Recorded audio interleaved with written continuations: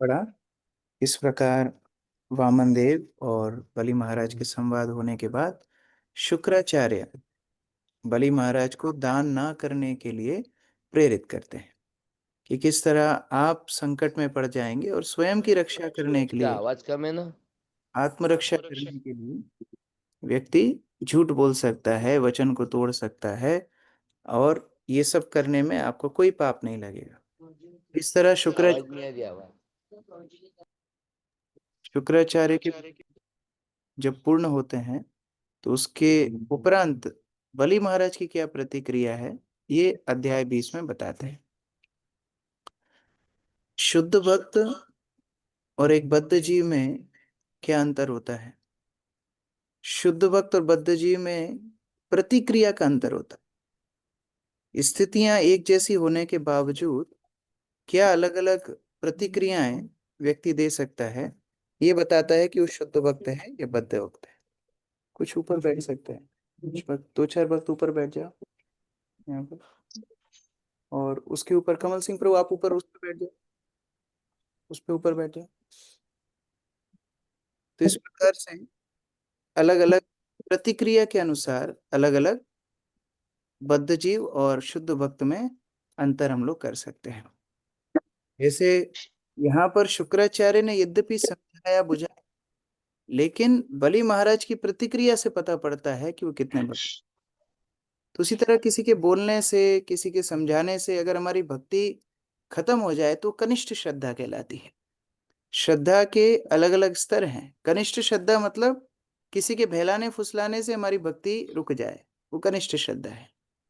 मध्यम स्तर की श्रद्धा कैसी होती है कि जब तक मैं भक्तों के संग में रहूंगा बड़ा प्रगाढ़ भक्ति करता रहूंगा, और अभक्तों के संग में जाऊंगा तो कभी कभी प्रभावित होने का डर है, इसलिए मैं बच करके रहूंगा।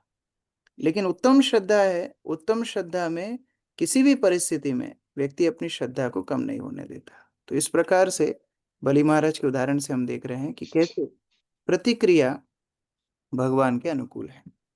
अध्याय 20 प्रवेश कर रहे हैं। कौन पढ़ेंगे? पढ़िए।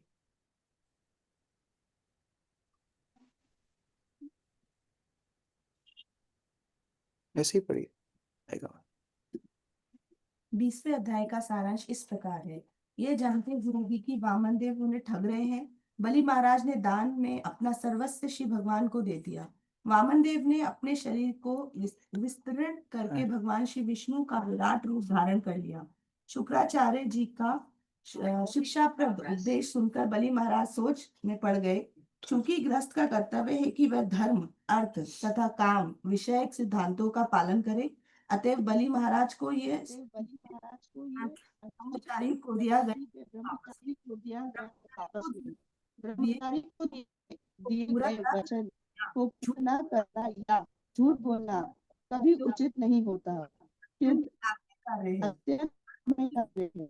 हर व्यक्ति को चाहिए कि वे झूठ बोलने के पाप में माता झूठ बोलने वाले झूठ बोलने वाले पापी का भार तक सहन नहीं कर सकती। समाराज्य विस्तार करना शरीक है, और यदि ऐसे विस्तार से प्रजा को कोई लाभ नहीं होता तो ये निरर्थक है।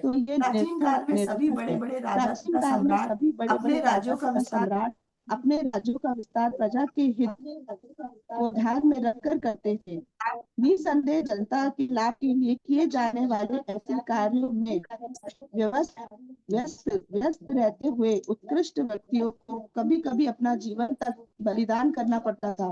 ऐसा कहा जाता है कि जिसके कार्य यशस्वी हो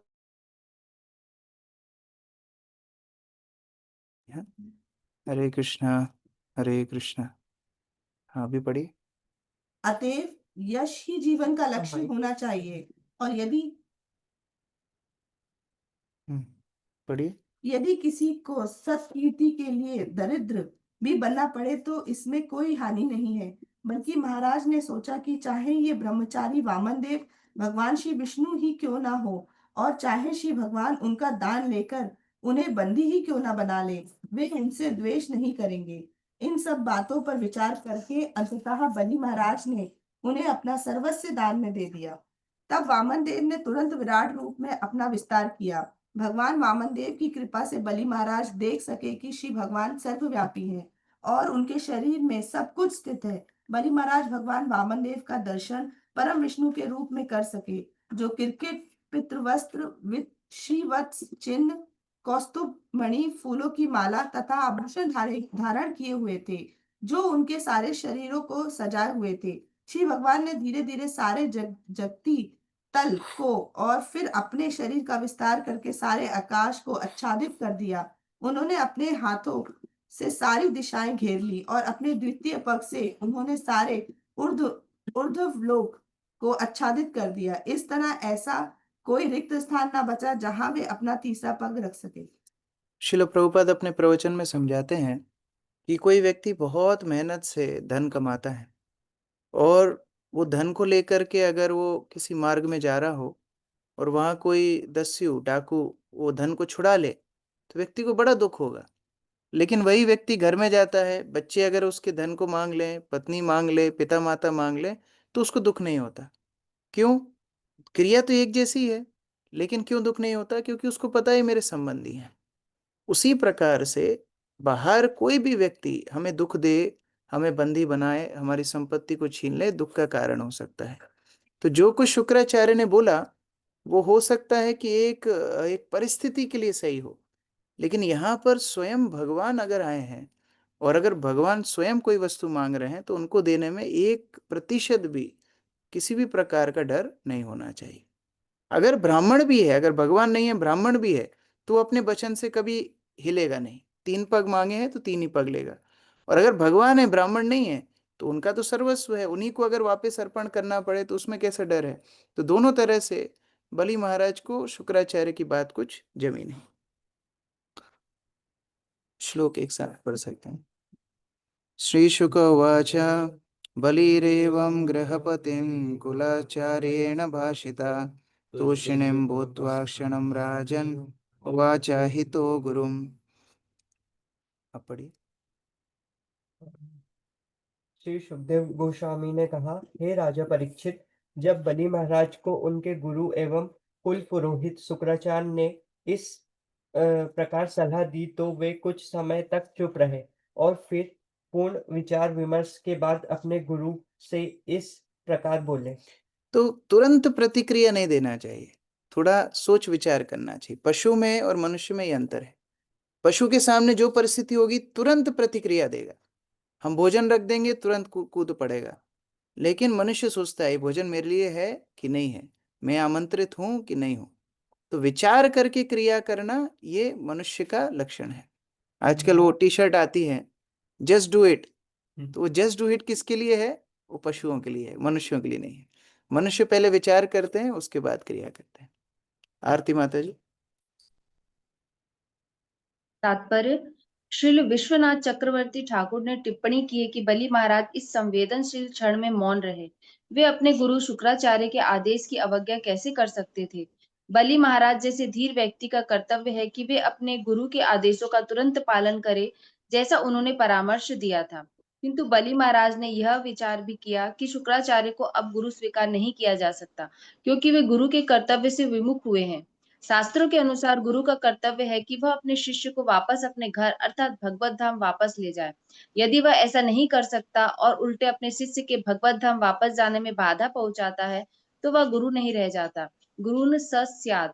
यदि कोई अपने शिष्य को कृष्ण भावनामृत में अग्रसर होने में सक्षम नहीं बना सकता, तो उसे गुरु नहीं बनाना चाहिए। जीवन का लक्ष्य कृष्ण भक्त बनना है, जिससे भव बंधन से छुटकारा प्राप्त किया जा सके। त्यक्त्या देहम पुनर्जन्म नैति मामेति सो अर्जुन। गुरु कृष्ण भावनामृत को विकसित करके शिष्य को इस अवस्था को प्राप्त करने में सहायता देता है। अब शुक्राचार्य जी ने बलि महाराज को सलाह दी थी कि वे वामन देव को दिए गए वचन से मुकर जाए। अतएव ऐसी परिस्थिति में बलि महाराज ने सोचा कि यदि वे अपने गुरु के आदेश की अवज्ञा कर दें तो इसमें कोई दोष नहीं होगा। उन्होंने इस विषय पर विचार किया कि क्या वे अपने गुरु के आदेश को अस्वीकार कर दें या स्वतंत्र रूप से पूर्ण पुरुषोत्तम भगवान को प्रसन्न करने के लिए चाहे जो भी करे। इसमें उन्हें कुछ समय लगा, इसलिए कहा गया है तूष्णीम भूत्वा क्षणम राजन्नुवाचा वहितो गुरुम। इस बात पर विचार करके उन्होंने निर्णय लिया कि प्रत्येक दशा में भगवान श्री विष्णु को ही प्रसन्न करना है, भले ही इसमें गुरु उपदेश की अवहेलना ही क्यों न करनी पड़े।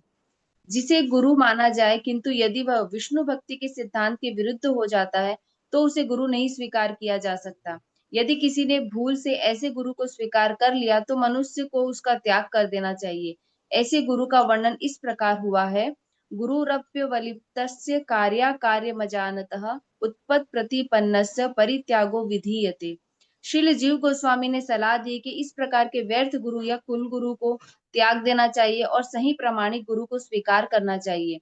षट कर्म निपुणो विप्रा मंत्र तंत्र विशारदः अवैष्णव गुरुन् स्यात् वैष्णवः स्वपचो गुरुः। यदि कोई विद्वान ब्राह्मण वैदिक ज्ञान के समस्त विषयों में पटु होते हुए भी गुरु होने के योग्य नहीं है, यदि वह वैष्णव नहीं है, किंतु यदि निम्न कुल में उत्पन्न व्यक्ति है, तो वह गुरु बन सकता है। पद्म पुराण। ये प्रश्न प्राय आता है कि हमारी तो दीक्षा बचपन में हो गई थी, वो गुरुजी हमको क्या बता के गए, कुछ बता के गए नहीं, एक कंठी हमारे गले में पड़ी हुई है, तो उस गुरु का क्या करना चाहिए। यहाँ पर बलि महाराज उदाहरण है स्वयं। वो विचार करने लगे कि गुरु का कार्य क्या है। गुरु का कार्य है कृष्ण से हमको जोड़ना। अगर गुरु मायावादी हो गया, अगर गुरु कृष्ण का अपराधी हो गया, कृष्ण से हमको दूर ले जा रहा है, कर्मकांड में हमको फंसा करके रखा है, सांसारिक बातें करता है, तो वो गुरु गुरु नहीं है। तो उस प्रकार से व्यर्थ के गुरु, कुल गुरु इत्यादि, पुरोहित इत्यादि का त्याग करना, ये शास्त्र उपयुक्त विधि है, ये शास्त्र विरुद्ध विधि नहीं है। तो जो बोला जाता है कि गुरु का कभी त्याग नहीं करना चाहिए, वो प्रमाणित आध्यात्मिक गुरु के लिए है। जैसे हम किसी डॉक्टर के पास गए, बाहर निकल के पता पड़ा ये लाल गोली पीली गोली देने वाला झोला छाप डॉक्टर है, तो उसकी दवाई थोड़ी हम खाएंगे। जो बोला जाता है कि हाँ डॉक्टर की दवाई नियमित रूप से खाना चाहिए, वो डॉक्टर भी प्रमाणित होना चाहिए, तब उसकी दवाई हमको लगेगी। उसी प्रकार से जो गुरु प्रमाणित परंपरा में नहीं है और परंपरा के साथ साथ जो वैष्णव नहीं है, वो गुरु का त्याग कर सकते हैं और पुनः एक आध्यात्मिक वैष्णव गुरु के आश्रय में रह करके जो हम भक्ति करेंगे, तब हमारे धार्मिक सिद्धांतों का हम ठीक से पालन करना सीखेंगे। वो गुरु गुरु कोई जागतिक बात नहीं करेंगे, वो गुरु केवल और केवल कृष्ण भक्ति की बात करेंगे। बलि महाराज चिंतन करके अभी बोलना शुरू करते हैं। श्री बलिरुवाच सत्यं भगवता प्रोक्तं धर्मोऽयं गृहमेधिनाम् अर्थं कामं यशो वृत्तिं यो नापादेत करहिचित्। दिलीप प्रभु प्रिय।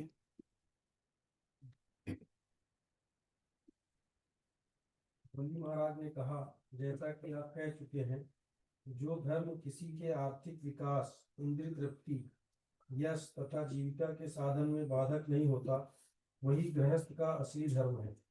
मैं भी सोचता हूँ कि यही धर्म सही है। तो ये वरिष्ठों से बातचीत करने का भी शिष्टाचार है।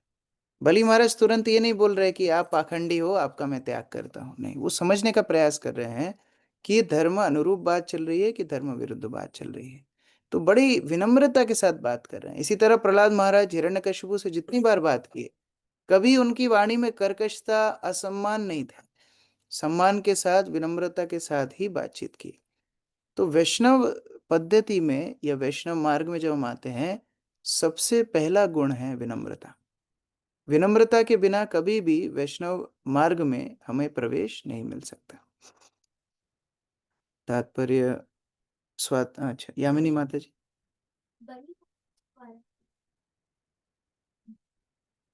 Device unmute. बात पर बल दिया था कि मनुष्य की जीविका का भौतिक साधन, उसका भौतिक यश, इंद्रिय तृप्ति तथा आर्थिक विकास उचित तरीके से बने रहने चाहिए। भौतिक मामलों में रुचि रखने वाले गृहस्थ का पहला कर्तव्य है कि वह इसका ध्यान रखे। यदि कोई धार्मिक सिद्धांत किसी की भौतिक दिशा को प्रभावित नहीं करता, तो उसे स्वीकार करना चाहिए। इस समय इस कलयुग में यह विचार अत्यंत प्रधान है। कोई भी व्यक्ति ऐसा धर्म स्वीकार करने को तैयार नहीं है जो भौतिक संपन्नता में बाधक हो। शुक्राचार्य भौतिकवादी संसारी पुरुष होने के कारण होने के कारण भक्त के सिद्धांतों को नहीं जानते थे। भक्त भगवान की पूर्ण तुष्टि के लिए सेवा करने के लिए कृत संकल्प रहता है। ऐसी कोई भी वस्तु जो इस संकल्प में बाधक बने, त्याग कर देनी चाहिए। यही भक्ति का सिद्धांत है। अनुकूलस्य संकल्पः प्रतिकूलस्य वर्जनम। चैतन्य चरितामृत। भक्ति करने के लिए मनुष्य को केवल वही स्वीकार करना चाहिए जो अनुकूल हो, और उसका परित्याग कर देना चाहिए जो प्रतिकूल हो। बलि महाराज को वामन देव के चरण कमलों पर अपना सर्वस्व अर्पित करने का सुयोग्य प्राप्त हुआ था, किंतु शुक्राचार्य इस भौतिक योग में बाधा डालने के लिए भौतिक तर्क प्रस्तुत कर रहे थे। ऐसी परिस्थिति में बलि महाराज ने निर्णय लिया कि ऐसी बाधाओं से बचा जाना चाहिए। दूसरे शब्दों में उन्होंने तुरंत ही शुक्राचार्य की राय को अस्वीकार करने और अपना कर्तव्य पालन करने का निर्णय लिया। इस तरह उन्होंने भगवान वामन देव को अपना सर्वस्व अर्पित कर दिया।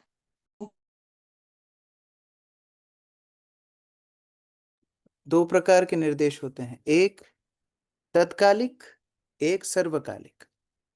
तत्कालिक निर्देशों का उद्देश्य है कि जो गंतव्य है, जो सर्वकालिक उपदेश है, उनके सहायक बने। जैसे सर्वकालिक उपदेश क्या है? जो हर स्थिति में एक जैसे हों। जैसे जीव का स्वभाव है भगवान का दासत्व ग्रहण करना, भगवान की भक्ति करना, ये सर्वकालिक उपदेश है। तो गुरु हमेशा ये सुनिश्चित करेंगे कि शिष्य अपनी भक्ति में प्रगाढ़ रूप से लगा रहे। अब तत्कालिक उपदेश हो सकते हैं, जैसे मानो किसी भक्त की तबीयत बहुत खराब है, तो गुरु उसको बोल सकते हैं, देखिए आप अभी मत आइए, आप थोड़ा समय अपनी हेल्थ का ध्यान रख के फिर आइए।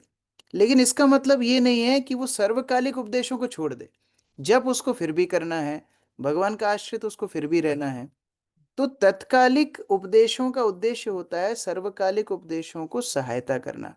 अगर तत्कालिक उपदेश सर्वकालिक उपदेशों से भिन्न हो जाए, अर्थात वो गुरु पाखंडी है। जैसे ये उदाहरण में पहले भी कई बार चर्चा किया, कोई गाड़ी में बैठ करके जा रहा है, गंतव्य तक उसको पहुंचना है, मानो उसको पेट्रोल भराना है, तो हो सकता है थोड़ा सा डिटूर लेके पेट्रोल भरा करके फिर वो अपने गंतव्य की ओर बढ़ेगा। लेकिन वो रास्ता ही बदल दे, अभी पूर्व जाने की जगह पश्चिम में चला जाए, तो फिर उसका उद्देश्य से वो भटक गया। उसी तरह से यहाँ पर उपदेश तो सही दे रहे हैं कि गृहस्थ को देखना चाहिए कि उसका धर्म अर्थ काम इत्यादि सब चलता रहे, लेकिन सर्वकालिक उपदेश क्या है? भगवान को आश्रित होना, क्योंकि सारे वर्णाश्रम का अंतिम गंतव्य है संसिद्धिर हरितोषणम, भगवान को तुष्ट करना। और अगर वो नहीं हो रहा है तो फिर तो ये निरर्थक हो गया, श्रमेव ही केवलम हो गया। तो इसीलिए बलि महाराज विचार करने लगे कि ये गुरु प्रमाणित गुरु नहीं है, इनके उपदेशों को छोड़ देना चाहिए। श्लोक संख्या 3। सा चाहम वित्तलोभेन प्रत्याचाशे कथम द्विजम प्रतिश्रुत्य ददामिति प्रहरादिता कितवो यथा। कुलदीप प्रभु। मैं महाराज प्रहलाद का पौत्र हूँ। जब मैं पहले ही कह चुका हूँ कि मैं यह भूमि दान में दूंगा, तो फिर धन के लालच से मैं अपने वचन से किस तरह विचलित हो सकता हूँ? मैं किस तरह एक सामान्य वंशज का आचरण कर सकता हूँ, और वह भी एक ब्राह्मण के प्रति? तो बलि महाराज प्रहलाद महाराज को अपना मार्गदर्शक समझ रहे हैं। बोले मैं प्रहलाद महाराज का वंशज हूं, अपना वचन देके मैं कैसे ये वचन को तोड़ दूं? ये वास्तविक धर्म मुझे समझ में नहीं आ रहा है। आप जो मुझे बात समझा रहे हो मेरे समझ में नहीं आ रही है। कौन पढ़ेंगे? आप पढ़िए। मैं महाराज प्रहलाद का पुत्र इसके हूँ। बाद तात्पर्य। बलि महाराज को पहले ही उनके पितामह प्रहलाद महाराज आशीर्वाद दे चुके थे, इसलिए असुर कुल में उत्पन्न होने पर भी वे विशुद्ध भक्त थे। उच्च भक्त की दो कोटियां होती है, साधन सिद्ध तथा कृपा सिद्ध। साधन सिद्ध वह है जो गुरु द्वारा निर्देशित शास्त्रोक्त विधि विधानों का नियमित पालन करके भक्त बनता है। यदि कोई ऐसी नियमित भक्ति करता है तो वह कालक्रम में अवश्य ही सिद्धि प्राप्त कर लेगा। किंतु कुछ ऐसे भक्त होते हैं जो भक्ति के सभी नियमित विधानों का पालन नहीं किए रहते, किंतु गुरु तथा पूर्ण पुरुषोत्तम भगवान श्री कृष्ण की विशेष कृपा से तुरंत ही शुद्ध भक्ति में सिद्धि प्राप्त किए होते हैं। ऐसे भक्तों के उदाहरण यज्ञ पत्नियां महाराज बलि तथा श्रील शुक्रदेव गोस्वामी है। यज्ञ पत्नियां सकाम कर्मी सामान्य ब्राह्मणों की पत्नियां थी। यद्यपि वे ब्राह्मण अत्यंत विद्वान तथा वैदिक ज्ञान में निपुण थे, किंतु उन्हें कृष्ण बलराम की कृपा प्राप्त नहीं हो पाई थी। जबकि उनकी पत्नियों ने स्त्रियां होते हुए भी भक्ति में पूर्ण सिद्धि प्राप्त कर ली थी। इसी प्रकार वेरोचनी बलि महाराज को प्रहलाद महाराज की कृपा प्राप्त थी और प्रहलाद महाराज की कृपा के बल पर उन्हें भगवान श्री विष्णु की कृपा भी प्राप्त हो गई थी, जो उनके समक्ष ब्रह्मचारी भिक्षु के रूप में प्रकट हुए। इस प्रकार बलि महाराज कृपा सिद्ध बन गए, क्योंकि उन पर गुरु तथा भगवान श्री कृष्ण दोनों की विशेष कृपा दृष्टि थी। श्री चैतन्य महाप्रभु ने इस कृपा की पुष्टि की है। गुरु कृष्ण प्रसादे पाय भक्ति लता बीज। प्रहलाद महाराज की कृपा से बलि महाराज को भक्ति का बीज मिला था, और जब यह बीज विकसित हुआ तो उन्हें उस सेवा का चरम फल अर्थात ईश प्रेम भगवान वामन देव के प्रकट होने पर तुरंत प्राप्त हुआ। प्रेमा पुमर्थो महान। बलि महाराज श्री भगवान की नियमित भक्ति करते थे, और चूंकि वे शुद्ध भक्त हो चुके थे, अतएव श्री भगवान उनके समक्ष प्रकट हुए। श्री भगवान के प्रति अनन्य प्रेम के कारण ही उन्होंने तुरंत निर्णय लिया कि मैं इस वामन ब्राह्मण को उसका मुंह मांगा दान दूंगा। यह प्रेम का चिन्ह है। इस प्रकार बलि महाराज कृपा सिद्ध माने जाते हैं, जिन्होंने भक्ति में उच्चतम सिद्धि विशेष कृपा से प्राप्त की। तो यद्यपि ये देखने में नहीं आता है कि बलि महाराज ने बहुत जप किया हो या बहुत सारे वैष्णवों से कथा इत्यादि श्रवण की हो, लेकिन प्रहलाद महाराज के संबंध के कारण वो कृपा सिद्ध हो गए। तो ऐसे एक वैष्णव की कृपा से भक्ति मिलती है। चाहे हम कितना ही साधन इत्यादि करें, मुख्य हमारा उद्देश्य होता है वैष्णव की कृपा हमको प्राप्त हो जाए। और जैसे ही वैष्णव की कृपा प्राप्त होती है, वो प्रेम हमारे हृदय में जागृत हो जाता है। भक्ति रसामृत सिंधु में श्रील रूप गोस्वामी बताते हैं कि अगर कोई अनाधिकारी हो, अर्थात भगवान को सेवा करने का उसको अधिकार ना हो, शुद्धता ना हो, अनर्थों से वो भरा हुआ है, काम क्रोध लोभ मद मोह मात्सर्य में वो डूबा हुआ है, फिर भी अगर वो एक शुद्ध भक्त के सानिध्य में आ जाए तो उनकी संगति में उसको भी रस का आस्वादन हो जाएगा, जो प्रेम का रस आस्वादन शुद्ध भक्त कर रहे हैं। तो ये शुद्ध भक्ति की सानिध्य में रहने का फल होता है, कृपा सिद्ध। तो प्रहलाद महाराज के सानिध्य में बलि महाराज सिद्ध हो गए। नहि अस्त्यात् परो धर्मो इति होवाच भूरियं सर्वं शोधुमलं मन्ये ऋते लिख परम नरम। ओजस्विनी माता जी। असत्य से बढ़कर पापमय कुछ भी नहीं है। इसी कारण से एक बार माता पृथ्वी ने कहा था, मैं किसी भी भारी बोझ को सहन कर सकती हूँ, किसी झूठे व्यक्ति को नहीं। तो झूठ बोलना आप मुझे सिखा रहे हैं, वो भी ब्राह्मण के सामने। तो ये झूठ असत्य तो धर्म का हनन करने वाला है। धर्म के पैर बताए गए हैं, शौच, सत्य, दया और तपस्या। तो ये चार पैरों में से आप एक को तोड़ने के लिए बोल रहे हो, असत्य बोलने के लिए बोल रहे हो, तो ये तो पाप कृत्य है। तो इसीलिए ये मैं पाप कृत्य करने के लिए प्रेरणा नहीं प्राप्त कर पा रहा हूं। पुनीत वर्मा प्रभु।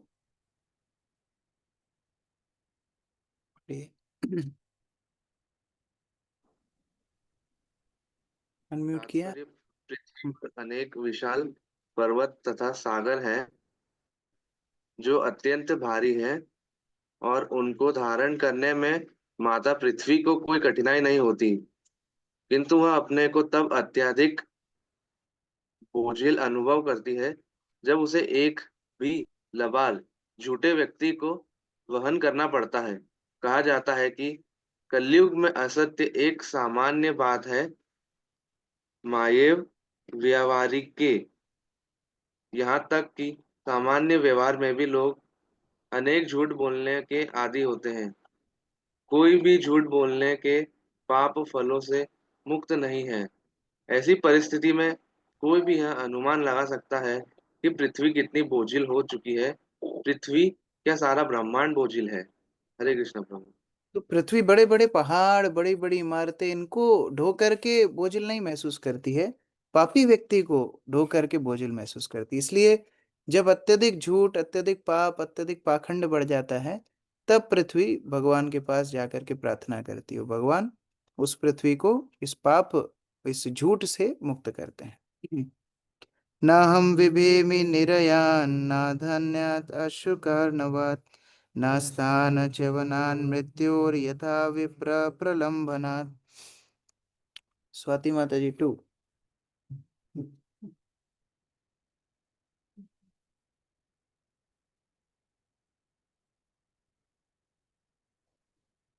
मैं पढ़ूं क्या प्रभु जी? हाँ, 1 मिनट यहाँ पढ़ रहे हैं। दरिद्रता दुख का समुद्र, प्रतिष्ठित होने या साक्षात मृत्यु से उतना ही डरता जितना कि एक ब्राह्मण को ढकने से डरता है। सामान्यतः लोग केवल स्थूल समस्याओं से डरते हैं कि मैं दरिद्र हो जाऊंगा, मुझे व्याधि हो जाएगी, मेरी मृत्यु हो जाएगी, लेकिन सूक्ष्म वस्तुओं से डर नहीं लगता, जबकि सूक्ष्म स्थिति ज्यादा भयंकर है। कोई व्यक्ति का शरीर बहुत अच्छा चल रहा हो, लेकिन वो मानसिक रूप से पीड़ित हो, तो उसकी व्याधि ज्यादा बड़ी व्याधि है। उसी प्रकार से किसी ब्राह्मण को ठगना, उनको झूठ बोलना, अपने धर्म से च्युत हो जाना, ये किसी भी गृहस्थ के लिए, किसी भी वर्णी के लिए, वर्णाश्रम धर्म को पालन करने वाले के लिए बहुत बड़ा लॉस है। तो बलि महाराज बोल रहे हैं कि आप मुझे बाह्य स्थितियों का तो डर बता रहे हो कि मेरे साथ ये हो जाएगा, लेकिन मैं एक ब्राह्मण से झूठ बोलूं, उनको दिया हुआ वचन को तोड़ दूं, ये मुझे ज्यादा बड़ा भयानक स्थिति लगती है। यद्यध्यासति लोकोऽस्मिन् सम्प्रतिं धनाधिकं तस्य त्यागे निमित्तं किं विप्रस्तुष्येन तेन चेत्। चारू राधिका माता जी अभी पढ़िए। हरे कृष्ण प्रभु। हे प्रभु, आप यह भी देख सकते हैं कि इस संसार का सारा भौतिक ऐश्वर्य उसके स्वामी की मृत्यु के समय निश्चित रूप से विलग हो जाता है। अतः यदि ब्राह्मण वामन देव दिए गए उपहारों से तुष्ट नहीं होते, तो क्यों न उन्हें उस धन से तुष्ट कर लिया जाए जो मृत्यु के समय चला जाने वाला है। तो वैसे ही तो ये सब कुछ जाने वाला है, ये सब हमारे पास रहने वाला नहीं है, लेकिन हम इस धन की आसक्ति में ब्राह्मण को असंतुष्ट करके, जो प्रमाणित ब्राह्मण है उनको असंतुष्ट करके भेज देंगे, तो ये हमारे लिए बहुत बड़ा लॉस हो जाएगा। इसलिए इस हानि से बचने के लिए जो धन वैसे भी जाने वाला है, उस धन को दे करके अगर ब्राह्मण प्रसन्न हो जाएंगे तो शाश्वत रूप से हमें फायदा मिलेगा। मीनू माता जी तात्पर्य।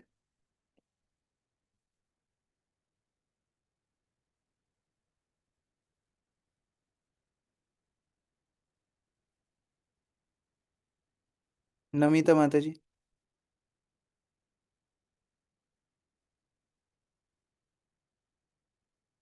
विप्र शब्द का अर्थ है ब्राह्मण होने के साथ साथ गोपनीय भी होता है। बलि महाराज के बिना विचार विमर्श किए गुप्त रीति से वामन देव को दान देने का निर्णय कर लिया था। चूंकि ऐसे निर्णय से असुरों तथा उनके गुरु शुक्राचार्य जी के दिल दुखी हो जाते, इसलिए उन्होंने द्विअर्थी रूप से बात कही। शुद्ध भक्त के रूप में बलि महाराज ने पहले ही भगवान विष्णु को समस्त भूमि देने का निर्णय कर लिया था।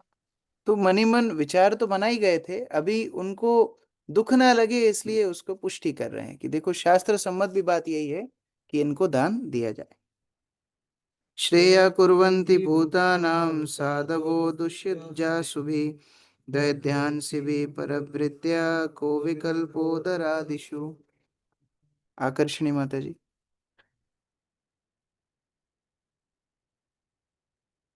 हरे कृष्ण।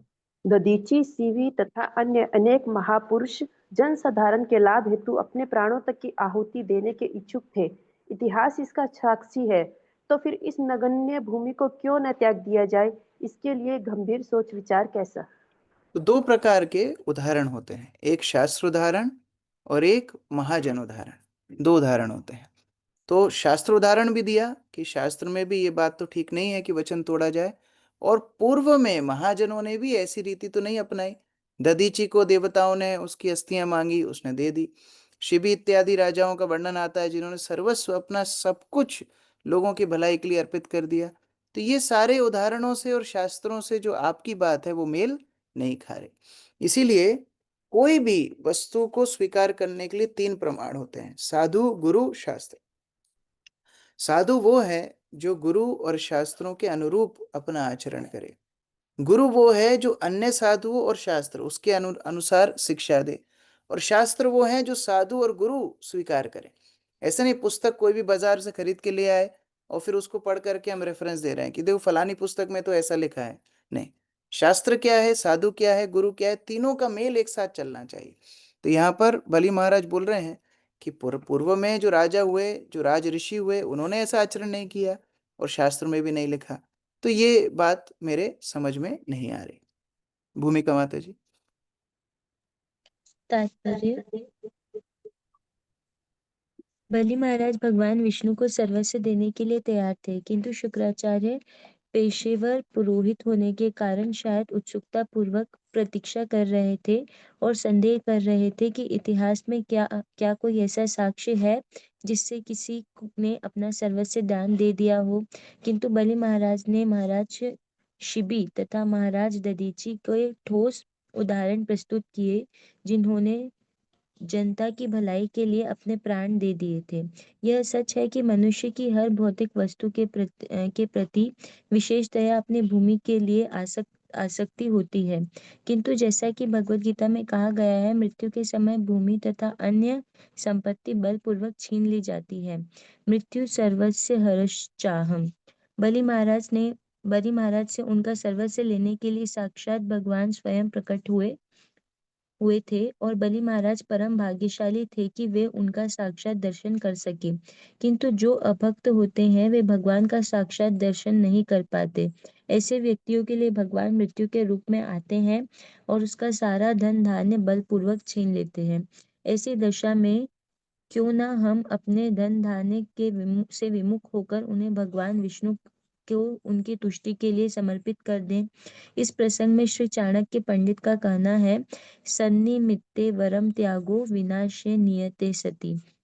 चूंकि हमारा धन्य दान सदा नहीं रहने वाला, अपितु किसी न किसी बहाने छीन लिया जाएगा, अतएव जब तक वह हमारे पास है, श्रेयस्कर यही होगा कि इसका उपयोग किसी शुभ कार्य के लिए दान में किया जाए। अतएव बलि महाराज ने अपने तथाकथित गुरु के आदेश का उल्लंघन किया।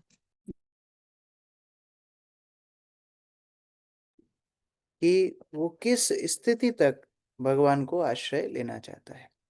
धर्म कई प्रकार के होते हैं और इन धर्मों को 3 भागों में विभाजित किया जा सकता है। एक है अनित्य धर्म। अनित्य धर्म कौन से हैं? जो वास्तव में धर्म है ही नहीं लेकिन धर्म के नाम पर चल रहे हैं, ये होते हैं अनित्य धर्म। दूसरा है नैमित्तिक धर्म। नैमित्तिक धर्म अर्थात जो धर्म इस संसार में आपको रहने के लिए शिक्षा देंगे। जैसे हमको एक माताजी सूरत में मिली थी, वो बता रही थी कि प्रभु जी आप लोग अच्छा बताते हो इस्कॉन में, लेकिन हम दूसरी संस्था में जाते हैं, वहां हमको बताते हैं बहू से कैसे बात करना है, सास को कैसे खुश रखना है। नैमित्तिक धर्म। तो नैमित्तिक धर्म अर्थात धर्म अर्थ काम, ये 3 स्तर की बात होंगी। कैसे संसार में अच्छे से रहना है, कैसे पूजा इत्यादि करनी है, दान दक्षिणा कैसे देना चाहिए, गृहस्थ जीवन में आनंदित कैसे रहना चाहिए, नैमित्तिक धर्म। और तीसरा नित्य धर्म। नित्य धर्म मतलब आत्मा का धर्म। अब भौतिक अवस्था चाहे व्यक्ति कुछ भी हो, ये नित्य धर्म कभी बदलता नहीं है और उसी को बोलते हैं जैव धर्म, जीव का धर्म। और वो क्या है? जीवेर स्वरूप होए कृष्णेर नित्यदास, कृष्णेर तटस्थ शक्ति वेदावेद प्रकाश। भगवान की शक्ति है, उनका एकमात्र कार्य है भगवान को आश्रय लेके उनके प्रति अपने प्रेम को जागृत करे। तो ये नित्य धर्म कभी बदलता नहीं है, ये काल परिस्थिति स्थान के अनुरूप कभी बदलेगा नहीं। चाहे अमेरिका हो, चाहे यूरोप हो, चाहे भारत हो, साउथ अफ्रीका, कुछ भी हो, लेकिन नैमित्तिक धर्म बदल जाएगा। अभी आप विदेश में जाओगे, उनका नैमित्तिक धर्म दूसरा हो जाएगा। और अनित्य धर्म, उसकी तो कोई परिभाषा ही नहीं, वो तो धर्म ही नहीं है, वो तो चल गया, लोक परंपराएं चल गई, अलग अलग चीजें चल गई, उनका तो कोई बोध ही नहीं है। लेकिन शास्त्र अनुसार नैमित्तिक धर्म और नित्य धर्म के बीच में बार बार हमारा द्वंद्व होता रहता है और इसलिए बार बार लोग परेशान होते हैं, प्रभु जी गणेश जी बिठाने हैं कि नहीं बिठाने, व्रत करने हैं नवरात्रि के नहीं करने, करवा चौथ करनी चाहिए कि नहीं करनी चाहिए, हाँ माताओं को मासिक धर्म में क्या क्या, ये सारी जो चीजें हैं नैमित्तिक धर्म के विचार है। नैमित्तिक धर्म स्थान काल परिस्थिति के अनुसार बदली जा सकती है। जैसे मैं पहले भी उदाहरण दिया, कई परिवार ऐसे हैं जिनके यहाँ किसी जो दाह संस्कार होता है किसी व्यक्ति का, अंतिम संस्कार करने के आने के बाद कई दिनों तक उबला भोजन करते हैं। कई परिवार ऐसे हैं जिनके यहाँ तो बढ़िया दाल बाटी बढ़िया सीखती है। कोई परिवार ऐसे हैं जिनके यहाँ बड़ी फीस्ट देने का प्रावधान है, जला करके आए घर पे, अभी पूड़ी सब्जी पकौड़े ये सब होते हैं। तो हम तो अलग अलग तमाशा देखते हैं, अलग अलग जगह जाते हैं। तो ये सब नैमित्तिक धर्म है, इसमें सही गलत का विचार नहीं है, वो समय काल परिस्थिति के अनुसार बदला जा सकता है। लेकिन नित्य धर्म जो शाश्वत धर्म है, श्रवण कीर्तन स्मरण इत्यादि जो भगवान की नवदा भक्ति है, वो कभी परिवर्तित नहीं होती। और यहाँ बलि महाराज ने वो नवदा भक्ति में ही त्रुटि देख रहे हैं कि अरे ये तो नवदा भक्ति के विपरीत जा, नित्य धर्म को ही जा रहा है, नैमित्तिक धर्म का स्थान नित्य धर्म से ऊपर रखा जा रहा है, अर्थात ये गुरु प्रमाणित गुरु नहीं है। तो इसलिए बलि महाराज अपने गुरु का त्याग कर रहे हैं। हरे कृष्ण। ग्रंथराज श्रीमद् भागवतम की जय। यस विपिन प्रभु प्रश्न। हरे कृष्ण प्रभु जी। ना जैसे आपने बताया इसमें कृपा सिद्ध है, कृपा होगी तभी हम लोग भक्ति कर पाएंगे या भक्ति भाव जब हम आगे बढ़ पाएंगे। तो उसके लिए जो हमारे वरिष्ठ हैं उनकी आज्ञा का पालन करना, जो बता रहे हैं उनको सुनना, जो श्रवण जब करना, उनको पूरी तरह से हो नहीं पाता है। मतलब जो बताते हैं वो हमको पूरा 100% नहीं हो पाता, मतलब बहुत सारी चीजें मतलब परेशानी आती है। कैसे कर पाना ज़्यादा हो जाता है। प्रश्न है कि कृपा सिद्ध व्यक्ति गुरु वैष्णव की कृपा से भगवान को प्राप्त करते हैं, लेकिन गुरु वैष्णव के आदेश हम पूरा पूरा पालन नहीं कर पाते कई स्थितियों के कारण। तो देखो गुरु वैष्णव भी क्रूड नहीं है, वो कृपावान है, वो कृपा करने के लिए ही बैठे। तो जब कोई गंभीरता से प्रयास करता है वो भी गुरु वैष्णव देखता है। भौतिक संसार में और आध्यात्मिक संसार में अंतर है। किसी ने बहुत बड़े एग्जाम के लिए तैयारी की, वो उसमें फेल हो गया तो गवर्नमेंट उसको कंसोलेशन नहीं देगी, "हाँ, तुमने तैयारी बहुत की थी, किसी तरह तुम फेल हो गए, कोई बात नहीं"। नहीं, वहां पास या फेल दो ही विचार है। आध्यात्मिक मार्ग ऐसा नहीं। यहाँ प्रयास के भी नंबर हैं, अटेम्प्ट के भी नंबर है। ये आदमी आया है इस मार्ग में, इसने प्रयास किया है, वो भी गुरु वैष्णव देखते हैं। और इसी से हमें आशा मिलती है कि चाहे हम आज नहीं कर पा रहे हैं, लेकिन प्रयास करते करते करते एक दिन हम उस मार्ग पे चले जाएंगे। श्रील प्रभुपाद 40-45 साल प्रयास करते रहे अपने गुरु महाराज का आदेश पालन करने के लिए। तो अगर इसको ना खुलता तो भी श्रील प्रभुपाद हमारे आचार्य होते। क्यों? क्योंकि उन्होंने प्रयास पूरा किया गुरु की आज्ञा पालन करने के लिए। हो पाई नहीं हो पाई ये गुरु की कृपा के ऊपर है, वो आगे जो डिटेल है वो दूसरी हो सकती है, लेकिन प्रयास उन्होंने पूरा किया। तो हमारा प्रयास पूरा हो, फिर सफलता ना सफलता वो भगवान के ऊपर है।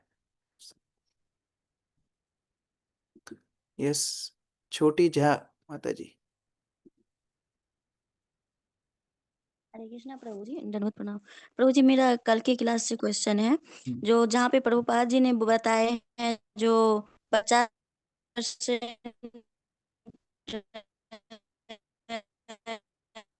मतलब भगवान के लिए और 25% अपने लिए।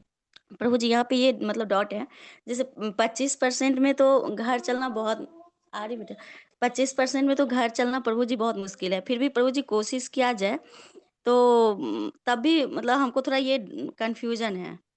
और प्रभु जी यहाँ पे एक और आ मुख्य जाते बात। हैं, जैसे मेरे प्रभु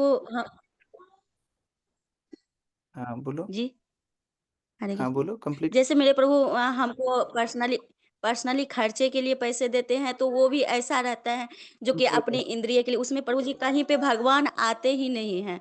तो इसमें इसको कैसे मतलब भगवान के प्रति उसको समर्पित किया जाए। जैसे मेरे पास पैसे बचते भी हैं तो सोचते हैं ये कर लेंगे, भगवान कहीं भी उसमें नहीं रहते हैं।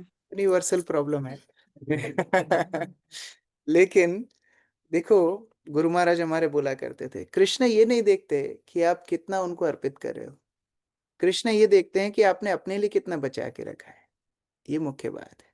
कोई व्यक्ति की अगर आमदनी इतनी कम है कि उसका घर नहीं चल पा रहा है, अगर वो 1 रुपया भी प्रेम से भगवान को अर्पित करता है, भगवान उसको बहुत प्रेम से स्वीकार करता है, क्योंकि उसने अपने सांसारिक जितनी भी जिम्मेदारियां हैं उनको निर्वाह करते हुए उतना ही बचा पाया। लेकिन किसी व्यक्ति के पास बहुत धन है और वो आकर के 2,000 रुपये डोनेशन भी देगा, तो भी वो भगवान को उतनी प्रसन्नता नहीं देगा। बात यहाँ पर पैसे की नहीं है, बात यहाँ पर अमाउंट की नहीं है, बात यहाँ पर भावना की है कि हम कितना भगवान से प्रेम करते हैं। और वो प्रेम की अभिव्यक्ति सेवा के माध्यम से होती है। तो ठीक है, कोई धन संपदा नहीं दे सकता, कोई बात नहीं, लेकिन अपना समय देना चाहिए। समय से बड़ी कोई कोई संपदा नहीं है। तो जहाँ श्रील प्रभुपाद बता रहे हैं 50%, तो 50% समय अगर हमारा भगवान के लिए जाए, जितना समय बचा है उसमें से, ऑफ कोर्स 12 घंटे तो आप नहीं दे पाएंगे, लेकिन जितना समय है उनमें से कम 50% समय का दान हो, वो भी धन संपदा है। तो उस भावना को समझना है, उसके अमाउंट के ऊपर नहीं जाना है। ब्रजेश प्रभु। हरे कृष्ण प्रभु जी, दंडवत प्रणाम। प्रभु जी विनम्रता जो होती है वो भक्ति में भी बाधक होती है क्या? अगर कोई इंसान विनम्र न हो, विनम्र ना हो, हाँ, तो भक्ति में बाधक होगा। हाँ, विनम्र नहीं होगा तो भक्ति में प्रवेश ही नहीं होगा। जी प्रभु जी एक आज की क्लास।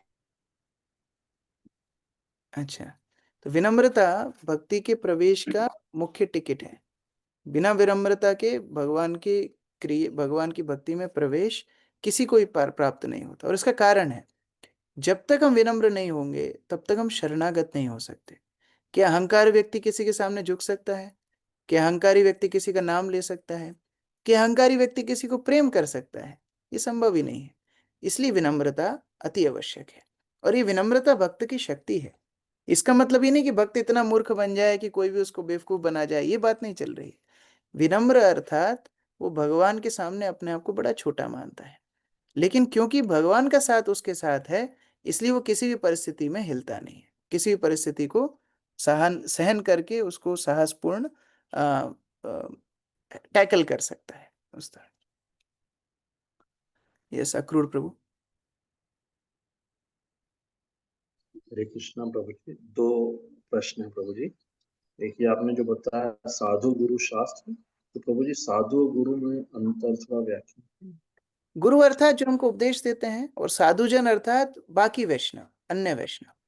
तो ये वो हमें उपदेश नहीं दे रहे होंगे, लेकिन वो वैष्णवों की भी हमारे जीवन में भूमिका है, उनसे भी हम प्रेरणा लेते हैं। तो उस तरह साधु गुरु वैष्णव।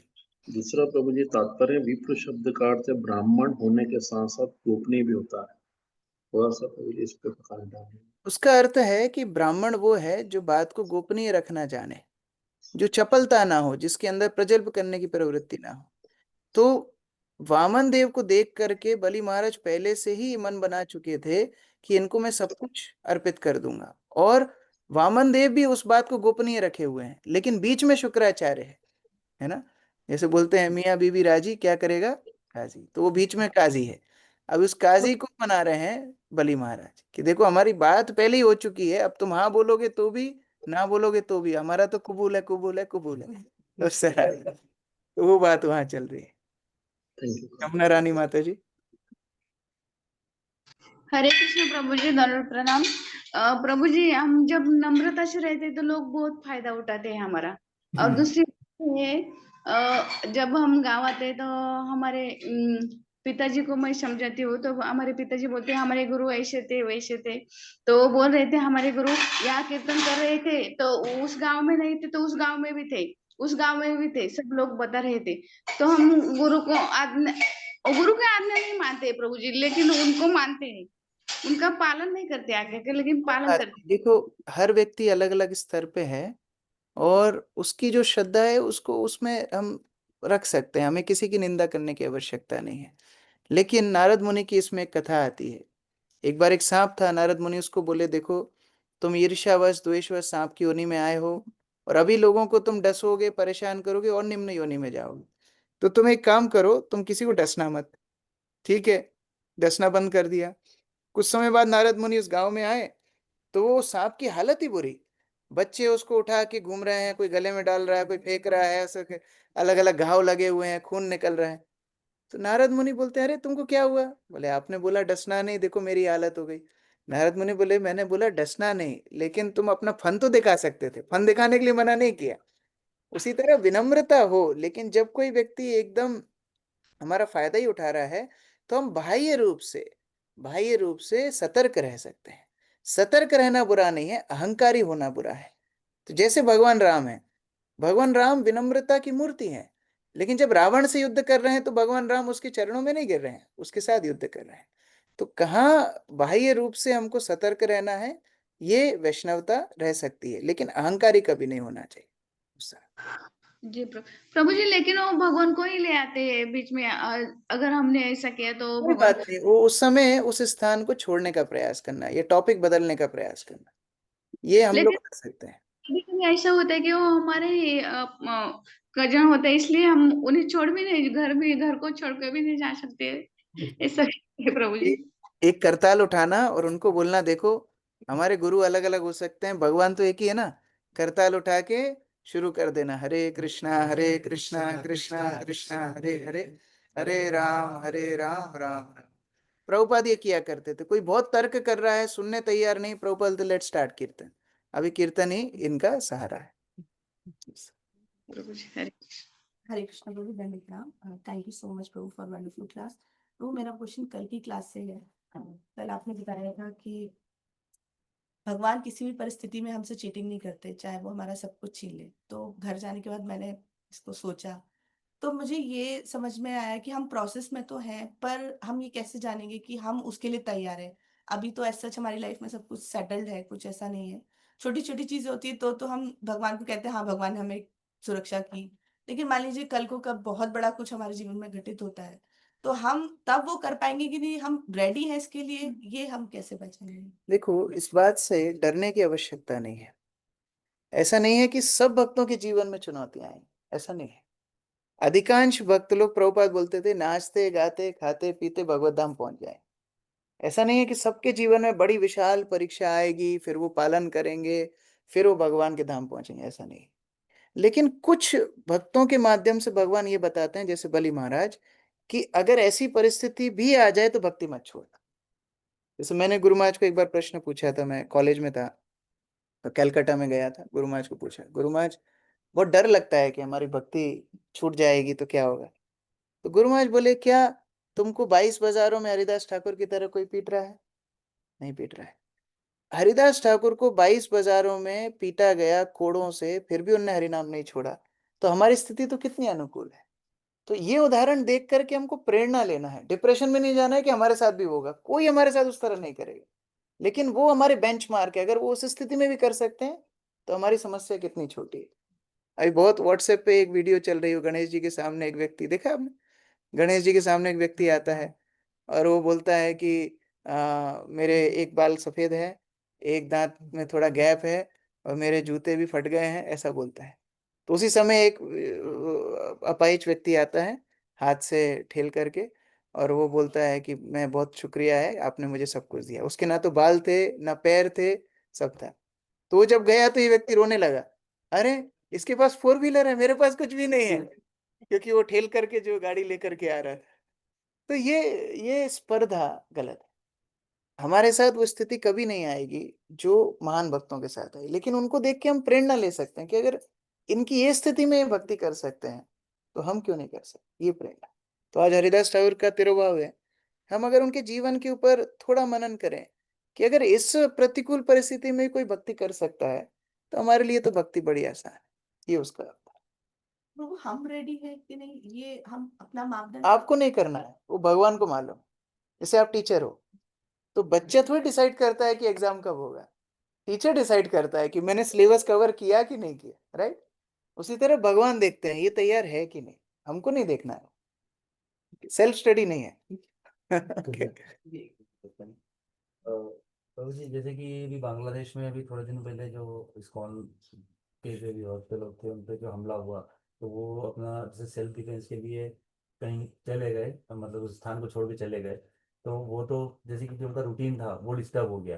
तो क्या उस कारण से उनको मतलब ये तो एक सामाजिक जो परिस्थितियां निर्मित हुई, उसकी वजह से क्या उनकी भक्ति ना कर पाने के कारण उनको दोष लगेगा, अपराध दोष लगेगा? नहीं नहीं, जैसे मैं बता रहा था, प्रश्न है कि बांग्लादेश में जो स्थिति हुई कुछ समय पहले, तो भक्तों को स्थान दूसरा चुनना पड़ा। हो सकता है उनके विग्रहों की सेवा वो नहीं कर पा रहे होंगे, अभी जो समस्याएं आई, तो उससे क्या उनकी भक्ति अपूर्ण रह जाएगी? नहीं। जैसा कि मैं बता रहा था, नैमित्तिक, वो नैमित्तिक चीजें हैं। मंदिर बनाना, भगवान की आरती करना, सब भक्तों का एक साथ आना, पूजा करना, दीप जलाना, अगरबत्ती, ये नैमित्तिक है। नित्य क्या है? भगवान से प्रेम करना। अब वो प्रेम हरिनाम के माध्यम से कलयुग में है। तो अगर भक्त बाकी कुछ भी नहीं कर पाएगा, अगर केवल हरिनाम का आश्रय लेगा, तो उसकी भक्ति फिर भी पूर्ण है। तो बाह्य अवस्था, जैसे ठंड होती है, ठंड होती है हम शॉल पहन लेते हैं, जैकेट पहन लेते हैं, वो नैमित्तिक धर्म है। लेकिन भक्ति करना अनिवार्य है, भगवान का नाम लेना अनिवार्य है। लोग उसी में अटक के रह जाते हैं। जैसे अभी गुना में हमारे भक्तों ने केंद्र खोला है एक नया, तो जगन्नाथ बलदेव सुभद्रा के विग्रह हैं। अब जगह काफी ढूंढ रहे थे कि कहाँ पर जगन्नाथ बलदेव सुभद्रा की सेवा की जाए। तो एक नई बिल्डिंग बनी, उसमें तलघर मिल गया, काफी बड़ा, उसमें 400 450 लोग बैठ सकते हैं। तो तलघर ले लिया, उधर जगन्नाथ को रख दिया। अभी प्रोग्राम में वहाँ 400 450 लोग नॉर्मल आते हैं। हम लोग उज्जैन में बड़ा, इतना बड़ा मंदिर होने के बाद नहीं आते। तो एक यूट्यूबिया आया और उसने वीडियो बनाई, देखो इस्कॉन वाले सनातन धर्म के विरोधी हैं। क्यों? कि बिना गुंबद के मंदिर बना दिए इन लोगों। तो दिमाग कहाँ अटका हुआ है? नैमित्तिक में, गुंबद में दिमाग अटका हुआ है। वो ये नहीं देख रहा कि 450 लोग सनातन धर्म का पालन कर रहे हैं, यहाँ बैठ के हरि कथा सुन रहे हैं, नाम जप कर रहे हैं, प्रसाद पा रहे हैं, हमारे संस्कार सीख रहे हैं, उससे मतलब नहीं है, गुंबद बड़ी होनी चाहिए। तो ये नैमित्तिक और नित्य धर्म में अंतर है। हरे कृष्ण। प्रभुपाद की जय, संवेद भक्त वृंद की जय।